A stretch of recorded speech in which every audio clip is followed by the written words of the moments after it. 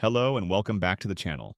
In this fifth video of the playlist, we'll talk about Freud's thoughts on the two artificial masses, church and army. Let's begin. Looking at the morphology of masses, let us not forget that very different types of mass can be distinguished as well as conflicting trends in their formation. There are very short-lived masses and very long-lasting ones, homogeneous ones comprising individuals of a similar type, and non-homogeneous, natural and artificial masses, the latter also requiring some external compulsion to make them cohere, primitive masses and structured, highly organized masses. However, for reasons that are as yet unclear, we should like to attach particular value to a distinction that the existing literature tends to underrate, namely that between leaderless masses and masses with leaders.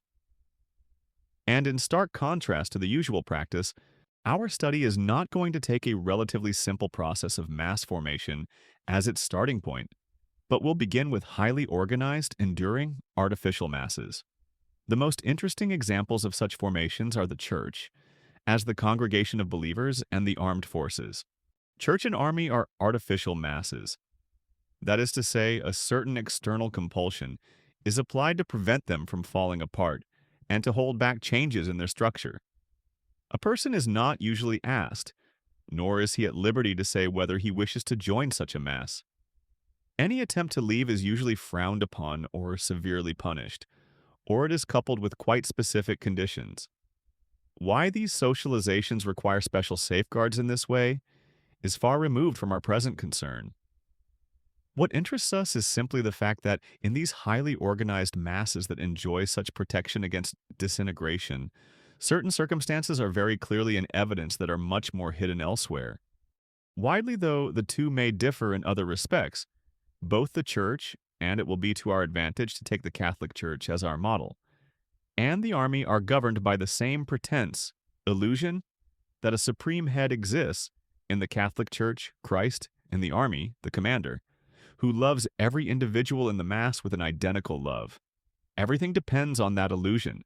Were it to be dropped, church and army alike would, insofar as their respective external compulsions permitted, disintegrate immediately.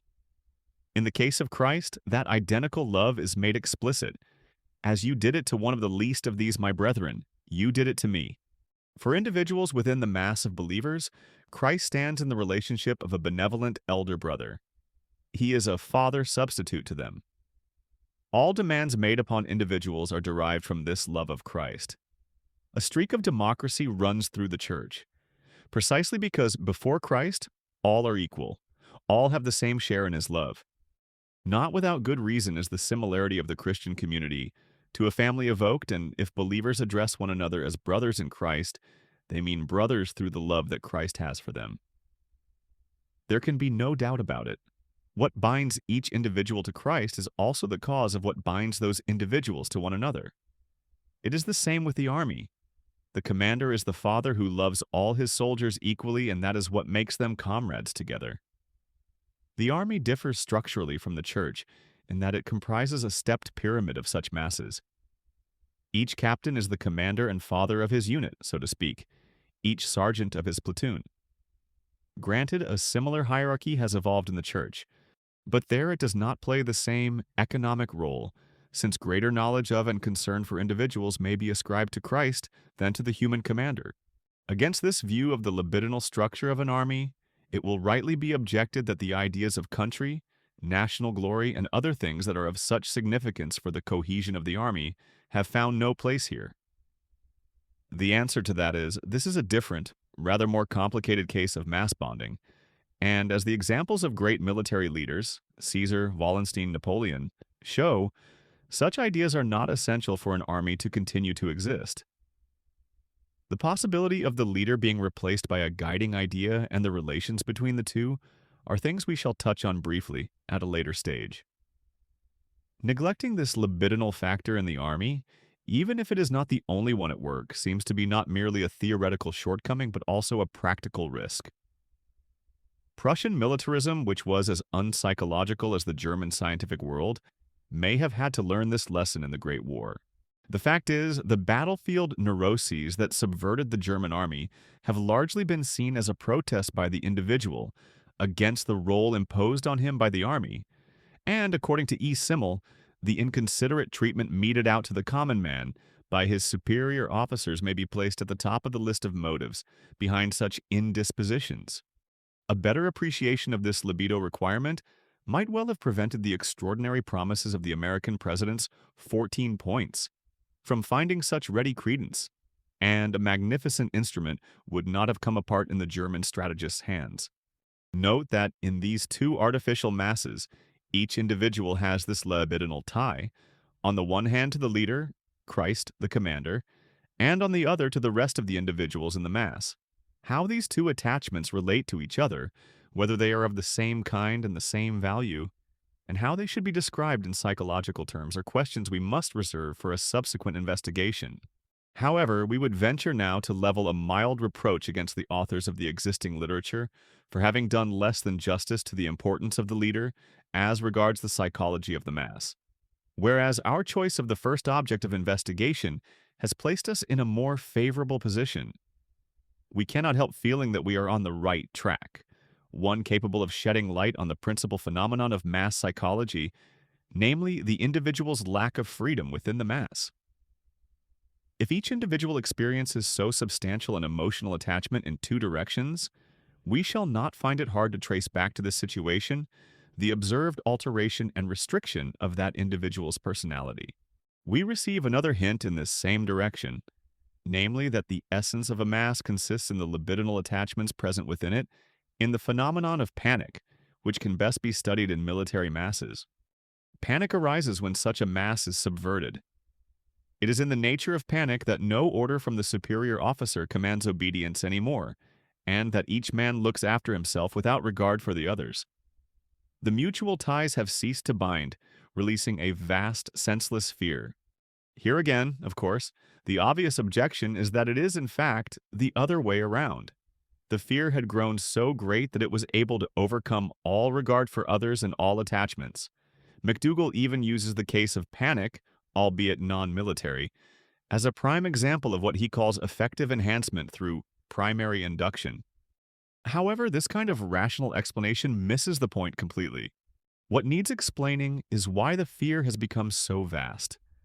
The size of the danger cannot be blamed, since the same army as is now a prey to panic may perfectly well have survived similarly great, indeed greater dangers, and it is almost of the essence of panic that it is out of all proportion to the threatened danger, often breaking out for the most trivial of reasons.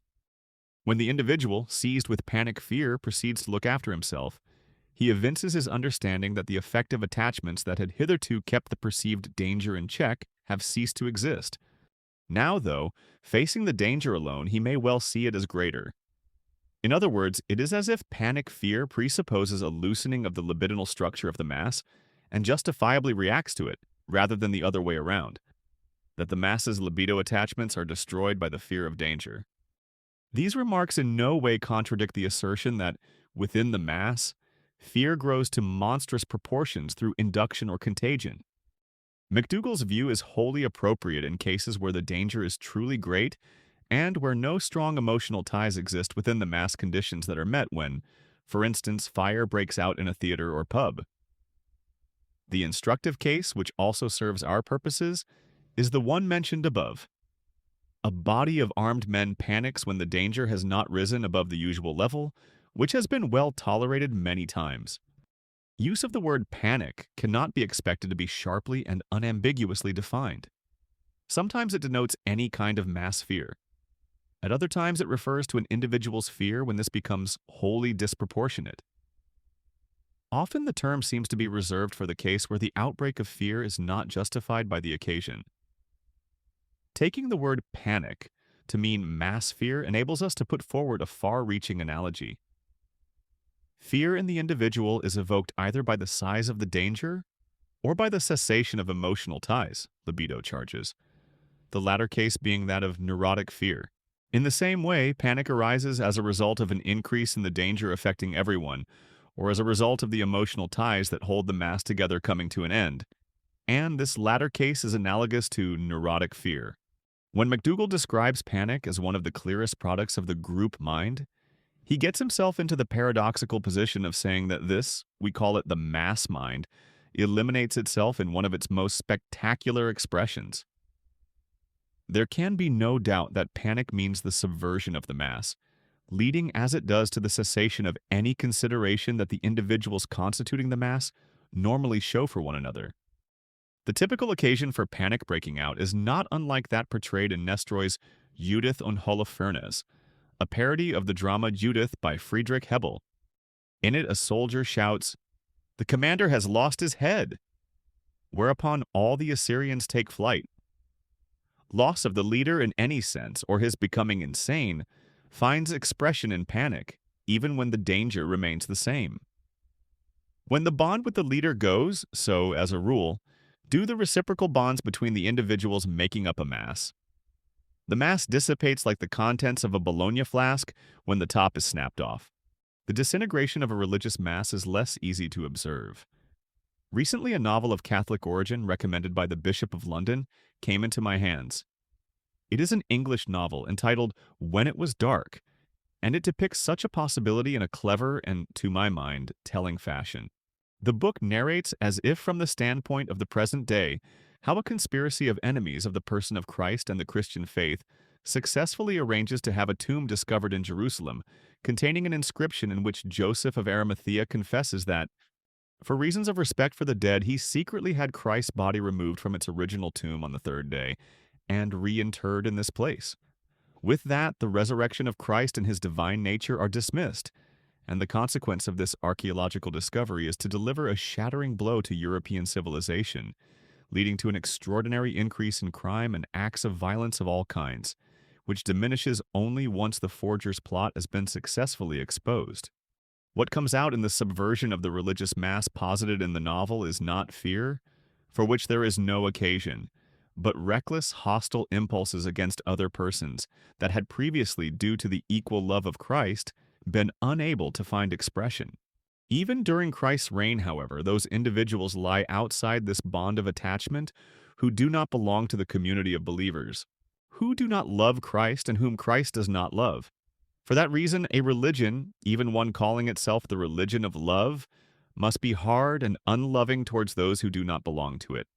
Ultimately, of course, every religion is such a religion of love for all whom it embraces, and it lies in everyone's nature to be cruel and intolerant towards non-members.